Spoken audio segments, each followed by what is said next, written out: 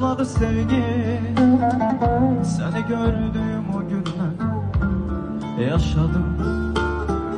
Aylar günlere dönüp geçti. Mehabbet birbirimize bağladı. Ne güzel his, nece güzel bir sözdü. Her an her saniye sevirem demek. Hayatım sen oldun, bir yaşam dolu.